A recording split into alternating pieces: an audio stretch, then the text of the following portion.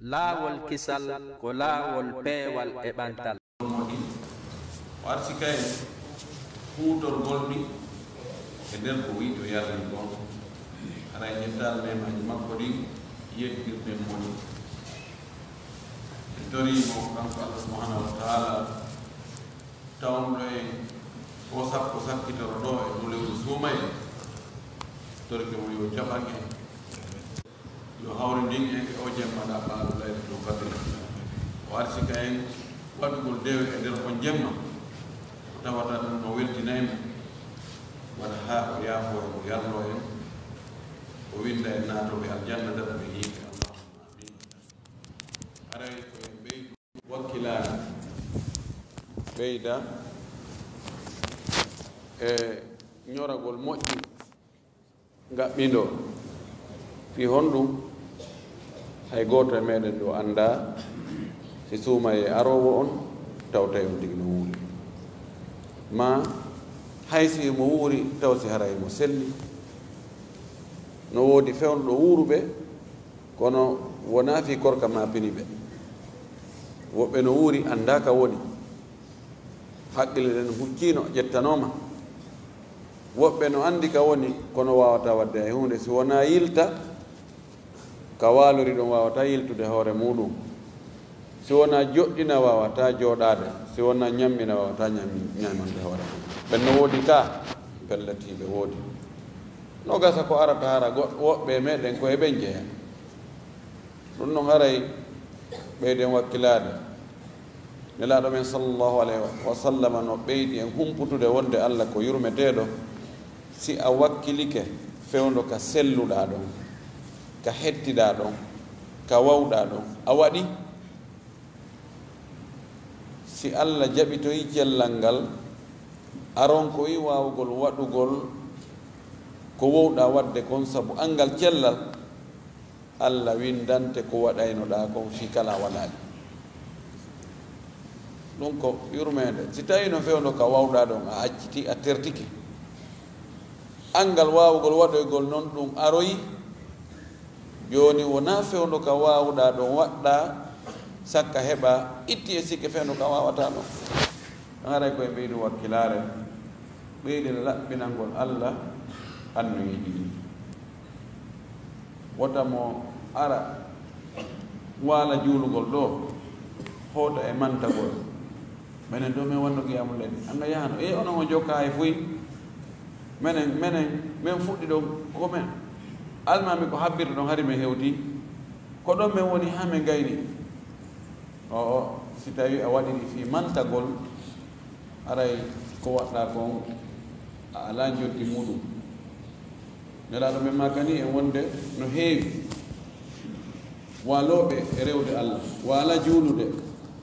tawa geɓal maɓɓe ngal ko ngorre nde pet ɓe mara joddi hay hunde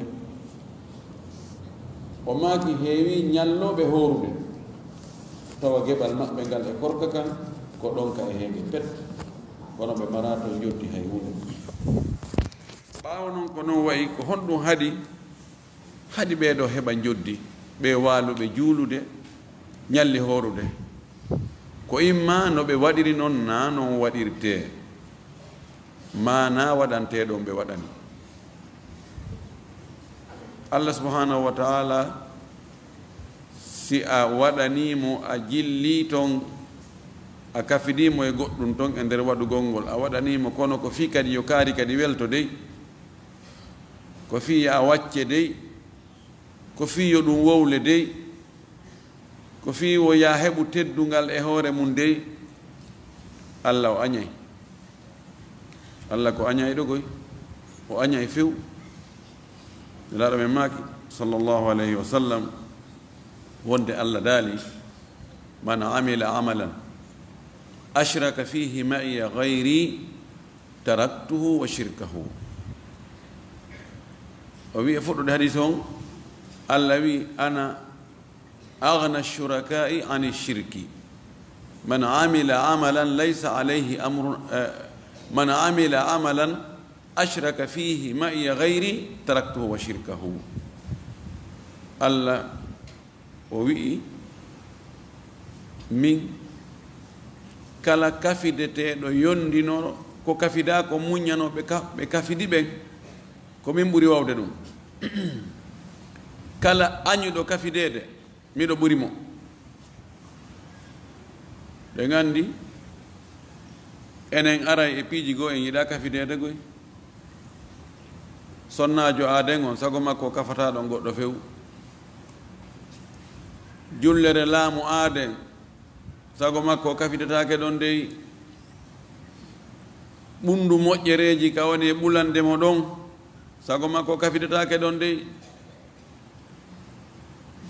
gereji e tanaji e nambaraji e penale e yiltu yalture ko woni wadde kon buy ka aduna ɗo ko fi añugol kafidede ko hana kafede le Allah noon subhanahu wa taala o heɓɓidirtake e tagore makko nden si tawi hay enen kafidede en yiɗa sago men ko yen weddor enen tum kudayi yo luttu kus min tum Allah ɓuri wawde ɗum Allah daali mo golli golle o addi nakira man amila amalan mo golli golle wo golle ashraka fihi ma'iya gayri o kafidimmi eɗen golle ɗon goɗɗo goo ma goɗɗum goo o golli gollal ngal o wiyaali on ti gollali de ko golluɗo o golli gollal ngal kono o kafidimmi ngal e goɗɗo ma e goɗɗum taraktuhu wa shirkahu mi accidaymo e ko o kafidi kon shirku mo waɗi ɗon ko o kafidimmi kon e mum mi accidaymo e muɗum ton ɗen andi noon dewe men ɗen si tawi Allah yoɓaali ɗe ala yoɓowo si Allah jaɓaali ala jaɓowo kanko tun andi julde e korka e hajju e zakka ɗe dewe meɗen ko honɗum yoɓete joddinin ko jelu ko honɗum si kanko so jaɓaali aray ala jaɓo aram tigi perdigoy a wattanen yila wota en lorru kadi yimɓe ɓen ndey ɗen hoota yo taw hara ko arɓe waali rewde Allah ko ɓen woni e hootude needi waɗugol doy hara tampinaali goɗɗo ta tampinirmo masi maɗa e hito wi masi maɗa ko tawata ko an woni e tewaade e sonkowi e yaaɓugol on tigi ma yennugol ma wikkitagol ɗon ɗo fof wota en lorru yaltuɗo juulugol qiyamu leyli yo sertu e yaltuɗo ndaarugol balon ma yaltuɗo ka sinima no foti neediji ɗin hara no serti moƴƴi haray ko en wattan fondo anden golle ɗen ko taskorte ko fi honɗum ɗe gollana so ɗum feƴƴi haray ko landal woɓɓe landi ɗo mo ñawlinoke suumaye ta ko ñawlori kon ko sabu nganto tawi fewno ɗon suumaye on yadantamo e ko o woni kon ɗon ella mo o wondi on imma ko nawnare ma ko setteyagal ma ko sonnajo wonduɗo e ƴiiƴan ngantoji andari ɗin ɗi tawata si ɗin ɗon heeɓi goɗɗo o wawata horude haray ko wiya ko yo ñawlo ko Allah wiyen ka deftere faman kana minkum maridan aw ala safarin fa iddatu min ayamin ukhar on tigi ñawlo noon Allah noon ittanama on nganto siko setteyagal o arta siko nawnare o ndikka siko sonnajo fiilinoɗo ma jibinnoɗo ƴiiƴan nan taƴa o heɓa possibilité o heɓa newede wawugol horugol kono o welsindo ɗon o haama ɗon ha janngo ha nduɗo maaya ha ngulen ndin ɗuyto ha ceeɗu ha mi iwa nokku kaari ha mi waɗa on tigi saato ɗon ha suuma e arta tawtamo ɗon kadi tawtiramo e ɗen balɗe feƴƴunoɗe e suuma e rowaniru ɗum e hoore nganto ino neeɓi tewto ittugol kooƴe soƴƴa ko weli ko joni ko honno oɗo hani wadde wanon ɗo ko faljere molonade no anda yoɓugol ngol laysa ala al fawri wujubul qada'i laysa ala al fawri wiyaka si ngantogon iwi tun ɗon e ɗon ko ya fuɗɗo ɗon yoɓa naya nen sa nenni hay jogui bakkat o waye kono al mubadaratu afdal waɗugol heña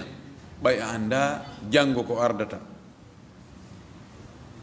a nawnuno e suuma e ñawliɗa sabu nawnare nden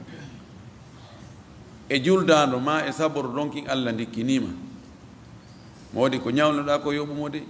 yoɓu ko Allah ɓuri handude e yoɓede sonnajo goo tawnelaɗo o wi ene yumma an fatino ko hari ɓe ñawli korka yomi yoɓanɓe simi yoɓani ɓe nafayɓe laaɗo maki hi ko Allah ɓuri handude e yoɓede ñamande laaɗo waɗi ɗum misal o wi si tawi no hara yumma ma ko goɗɗo ñawlino on tigi ari ƴanti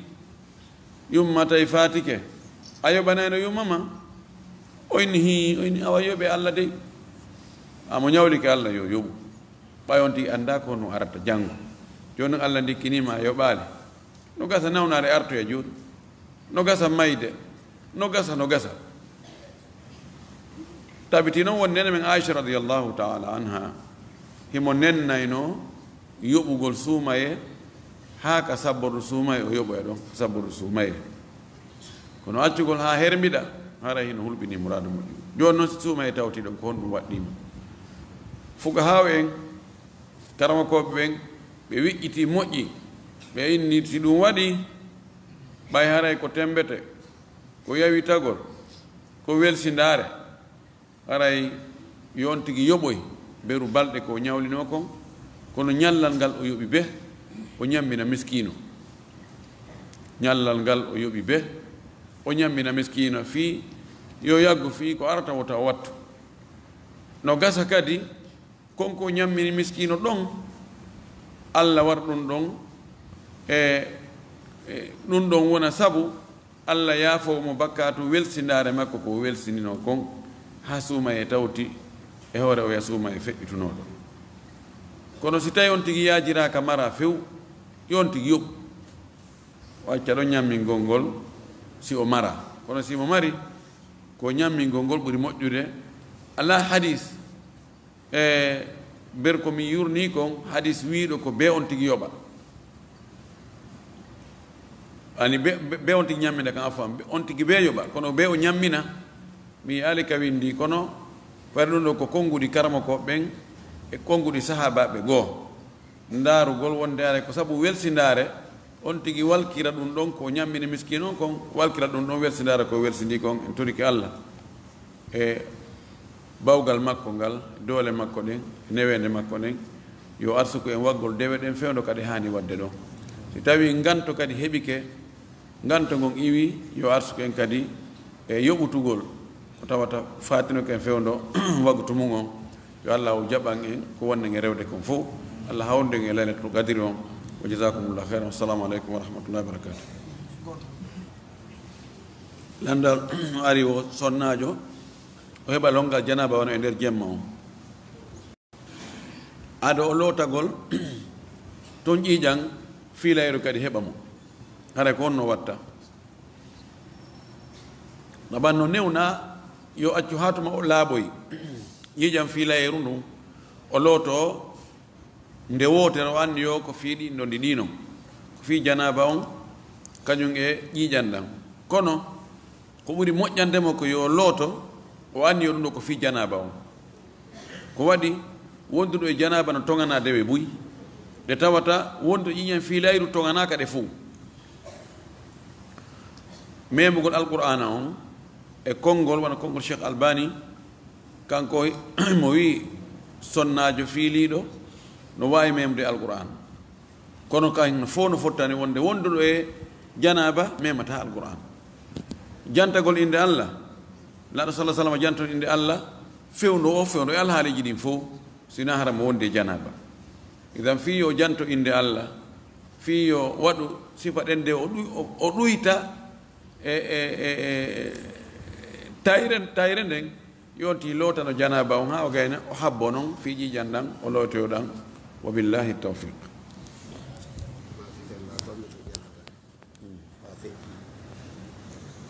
بسم الله الرحمن الرحيم الحمد لله رب العالمين وصلى الله وسلم وبارك على نبيه الأمين أرى إلان دين أرى دو أرى نانغال كفي أو قيام الليل كون دنجي ود دو نواني قيام الليل ما تهجد واني إما قول تنبر جمع جولا daragol jemma on juula ma hinkin ƴinnagol ko wiyete hinkin ƴinnagol mana angal ɗanagol jemma ta ko sabu dewal tahajjud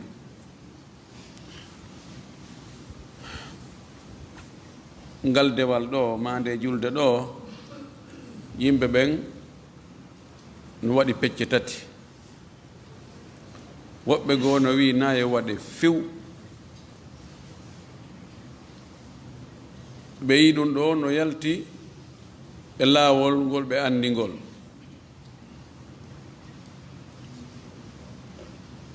ɗum mawɓe meɗen lawɓe ɓen no tawa e muɗum woɓɓe goo no wi si tawi a waɗa e qiyamul layli wona ya waɗu tarawih na ya hiɓɓindir naafugol ɓaawo geeƴe ɗen haa gayna kadi artoya kadi jemma juulita kadi fayin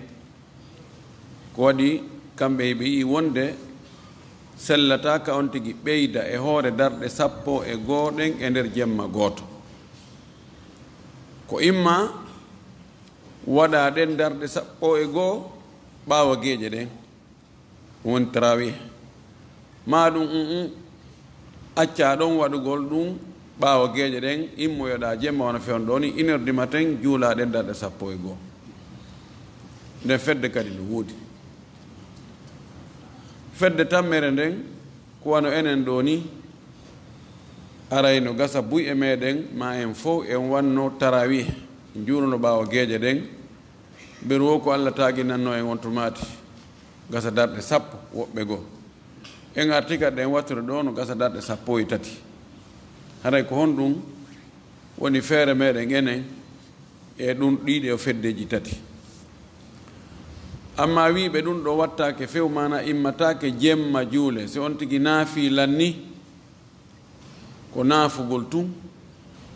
ɓeɗo ɓe mara komi andi kon dalil selluɗo wonɗo wiide ɗum ɗon nayo fille hande kadi ko waɗi daliji ɗi ko holli wonde nelaɗo meɗen sallllahu alayhi wa sallam o rewa no Allah e jemma on fof ari noon hadis selluɗo kana rasulullahi sallllahu alayhi wa sallam ida dakhalat al ashru al awakhiru shadda mi'zarahu wa ayqadha ahlahu wa ahya laylahu si tawi no sappo sakkitor on naati fewno nelaɗo o haɓɓitoto o dadito o findina ɓeygure makko nden o wurnita jemma o sinama wurnutugol jemma si a juuli ɓaawo geeƴe ɗen ɗon ɓeru darɗe ko heɓuɗa o seeɗa ni fayda e nder jemma on a rewali Allah e makko hay sappa ɓangal fayda kar han wirete konngol wingol wurnutugol jemma on wawata hewtirdema an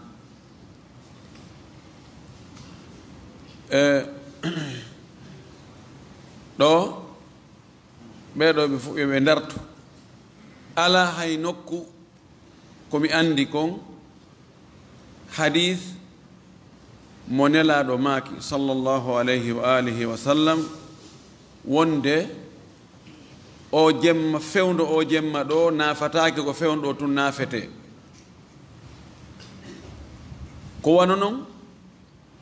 alaali e maako nelaaɗo sallllahu alayhi wa alihi wa sallam ka o maaka nin e nder jemma on ko darɗe haa sabakari juulete feƴƴataake ɗon jaasintaake ɗon kadi hadis alaa ko nelaaɗo men maakani en sallllahu alayhi wa sallam ka karaho makko o maaki salatu lleyli mathna mathna fa ida khashiya ahadukum lfajra falyusalli raka'atan tutiru lahu ma kadi salla o kama qala sallllahu alayhi wa sallam o maaki julde jemma ko ɗiɗi on tigi salmina so jokki ɗo haa hulitta fajiri nin feeru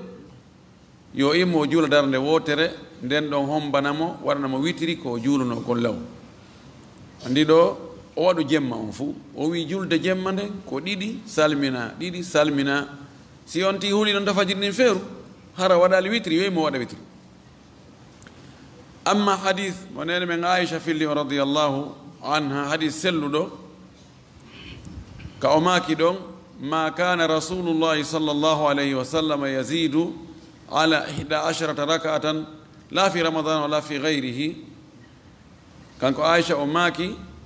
nelaaɗo ɓeydatano e hoore darɗe 11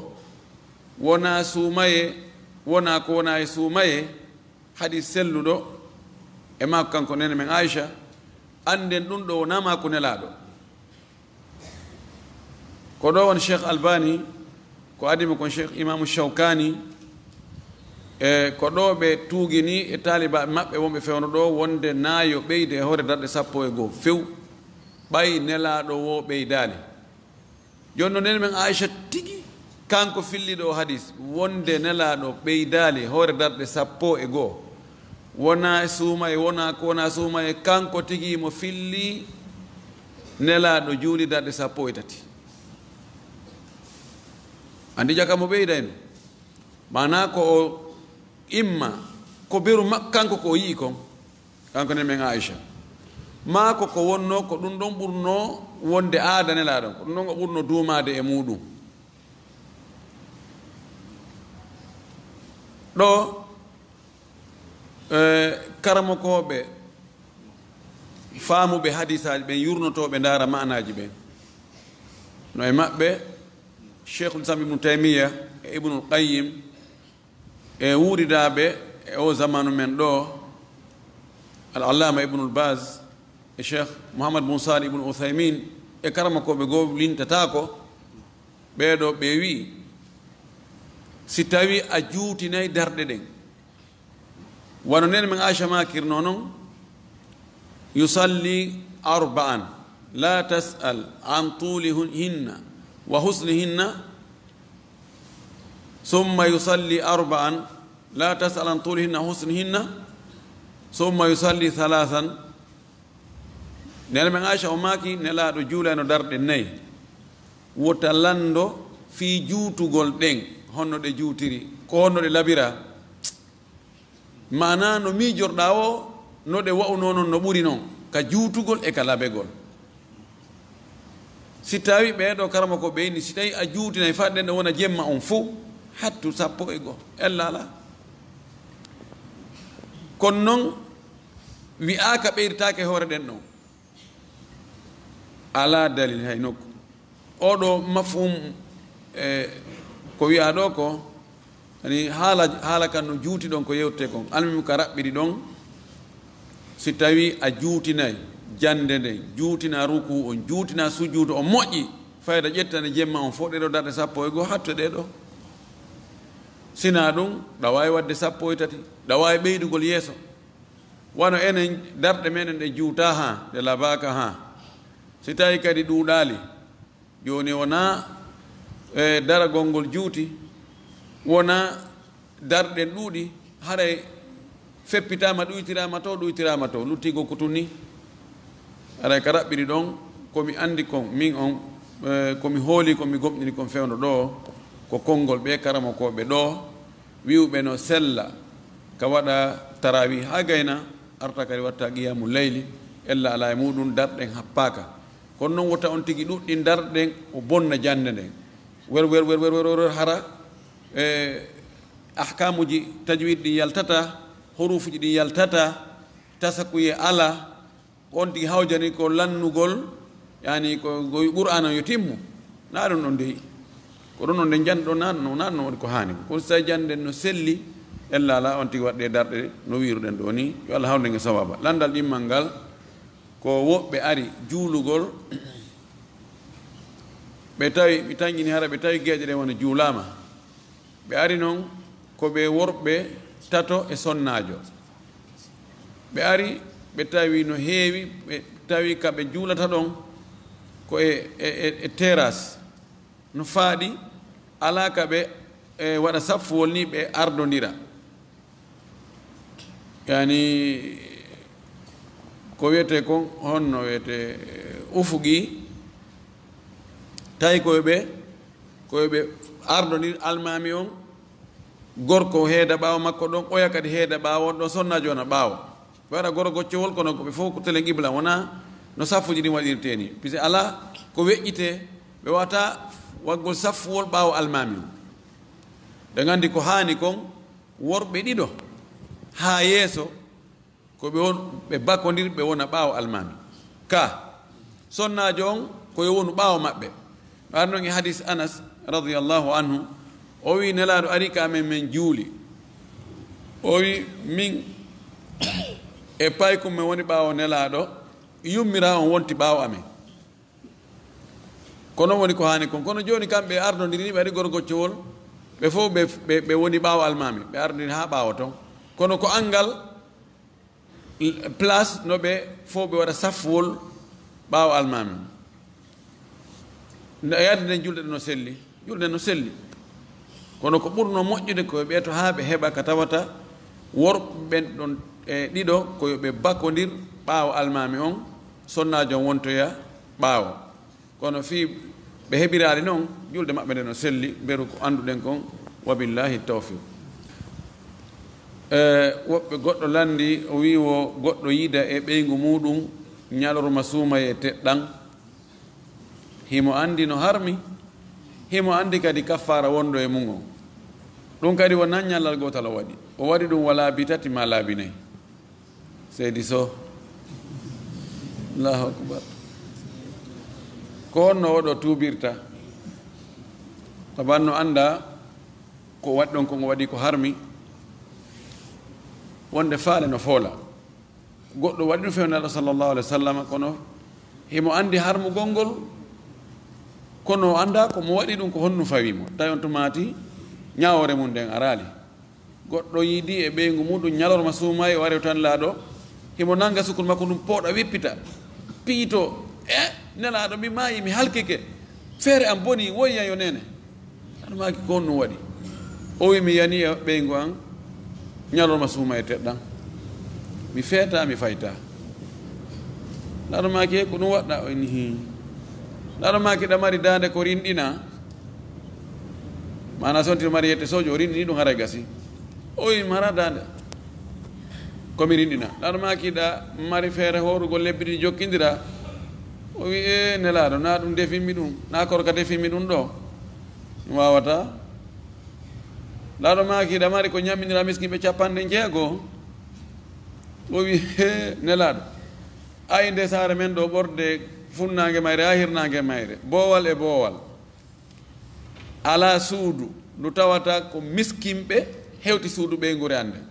ala imara e fus nelaɗo fanki o jooɗi allah waɗi goɗɗo adde ɗon basagare tamaro